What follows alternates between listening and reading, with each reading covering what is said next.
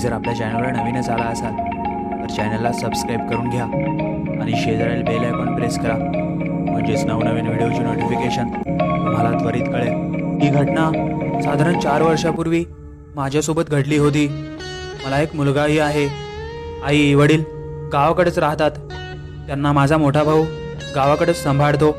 मी, माझी पत्नी आणि माझा 24 वर्षाचा मुलगा आम्ही औरंगाबादलाच राहतो। मला आठवते त्या दिवशी शुक्रवार होता। मी शनिवारची ऑफिसमधून सुट्टी काढून घेतली होती। शनिवार रविवार आई वडिलांसोबत आणि माझ्या मोठ्या भावाच्या परिवारासोबत काढूया असा मी आणि माझ्या पत्नीने बेत आखला होता। साधारण मला माझ्या गावाला पोहोचायला 5 ते 6 घंटे लागतात, म्हणून शुक्रवारी संध्याकाळी साधारण 6 वाजता मी माझ्या पत्नीला आणि माझ्या मुलग्याला घेऊन आमच्या गावाकडे निघालो। आम्ही सर्वच खूप आनंदित होतो, कारण पावसाळ्याचे दिवस, सर्वत्र निसर्गरम्य वातावरण होतं आणि त्यातच आईवडिलांची भेटही होणार आणि मोठ्या भाऊसोबतही काहीसं बोलणं होईल असं मला मनातच वाटत होतं। पण मी आणि माझ्या पूर्ण परिवाराने कधी स्वप्नातही विचार केला नव्हता की रस्त्यातच आमच्यासोबत एवढी भयानक आणि विचित्र घटना घडणार होती। काहीसा रस्ता पार झाल्यावर माझा मुलगा प्रथमेश मला लगेच म्हणाला, बाबा मला खूप भूक लागली आहे, कुठंतरी हॉटेलवर गाडी थांबवा। म्हणून मी त्याला उत्तर देत लगेच म्हणालो, अरे थोडा वेळ थांब, काहीसा रस्ता पार होऊ दे, समोरच रस्त्याला एक हॉटेल आहे, तिथेच आपण जेवण वगैरे करू आणि सरळ घरी जाऊनच थांबू। म्हणून त्यानेही काहीसा धीर धरला आणि आता काहीसा रस्ता पार झाल्यावर आम्ही त्या रस्त्याच्याच कडेला हॉटेलला आमची गाडी थांबवली आणि तिथे जेवण वगैरे केले आणि आम्ही लवकरच तिथून निघालो।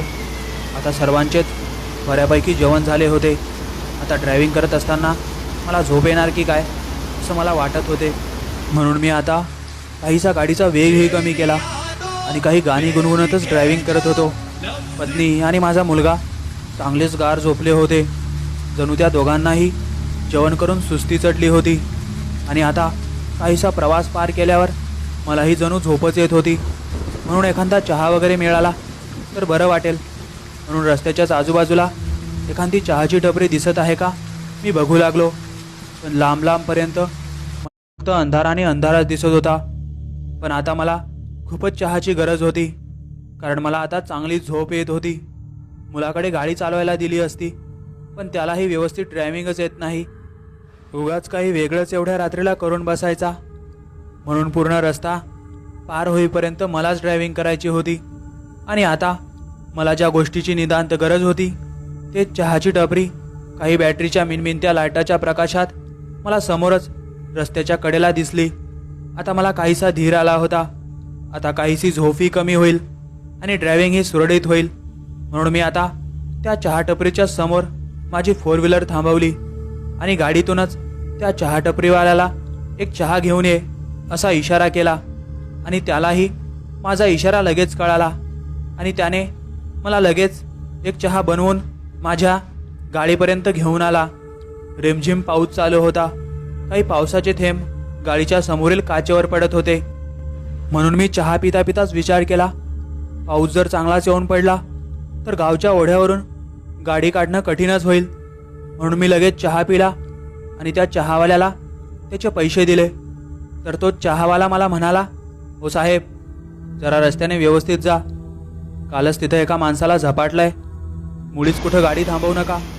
म्हणून मी तिथं कोणीतरी उभं आहे, म्हणून मी तिला लगेच म्हणालो, अगं असू दे, काय करायचं आहे आपल्याला, काही चोरटे वगैरे रस्त्याने असू शकतात, उगाच गाडी थांबवणं बरं नाही। म्हणून मी एवढं बोलल्यावर तेही काहीशी गप्प राहिली आणि आता बराच रस्ता आम्ही पार केला होता, रात्रही खूप झाली होती, म्हणून मी आता सहजच हलकं होण्यासाठी आमची गाडी रस्त्याच्याच कडेला थांबवली आणि गाडीचा दरवाजा उघडून गाडीच्या बाहेर आलो आणि माझ्याच मागे माझा मुलगाही गाडीच्या बाहेर आला आणि अचानकच जोरात ओरडला।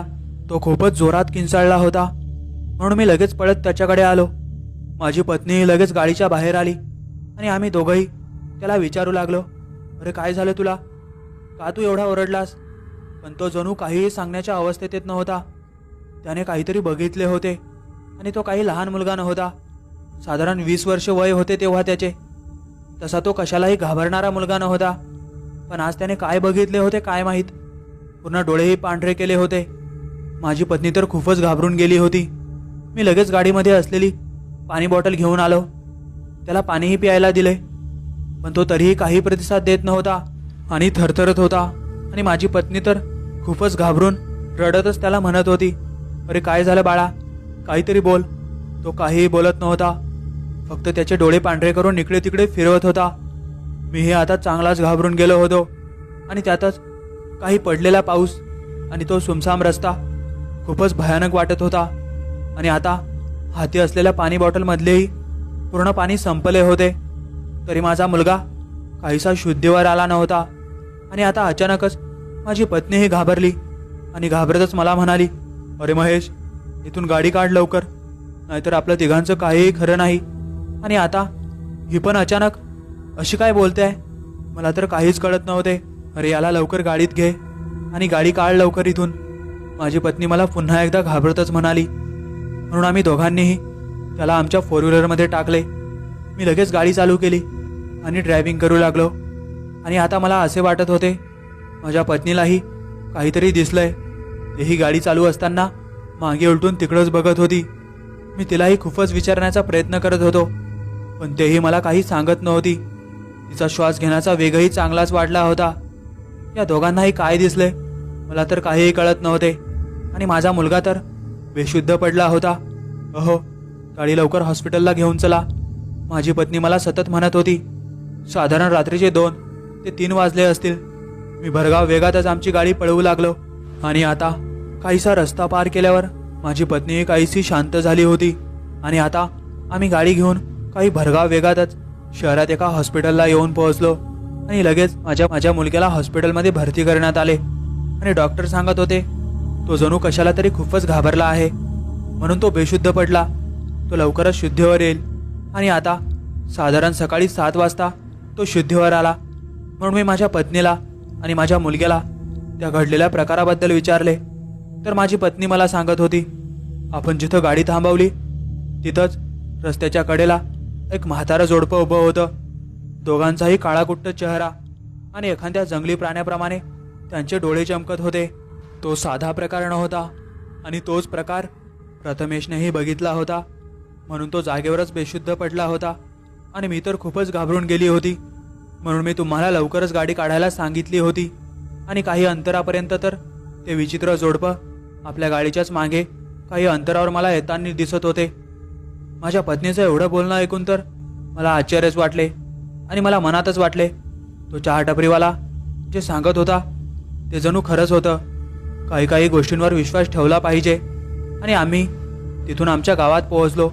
आणि घडलेल्या प्रकाराबद्दल मी माझ्या आई वडिलांना विचारले. तर आई सांगत होती, अरे काल अमावस्या होती, म्हणून त्यांच्या फेरफटक्यामध्ये तुम्ही अडकले असणार, म्हणून कदाचित त्यांनी तुम्हाला घाबरवण्याचा प्रयत्न केला असेल. बरं झालं तुम्ही लवकर तिथून निघून आलात, नाहीतर त्यांनी तुम्हाला गावातही पोहोचू दिलं नसतं. आईचं एवढं ऐकून तर मला नवलच वाटले. आताही अशा काही घटना घडू शकतात याची मला कल्पना झाली. म्हणून मी त्या हायवेने अजूनही रात्री अपरात्री गाडी थांबवत नाही. मित्रांनो, हा अनुभव तुम्हाला कसा वाटला आम्हाला कमेंटद्वारे नक्कीच कळवा. आणि तुमच्याकडेही अशा काही कथा असतील, अनुभव असतील तर आम्हाला आमच्या इंस्टाग्राम आयडीला नक्कीच पाठवा.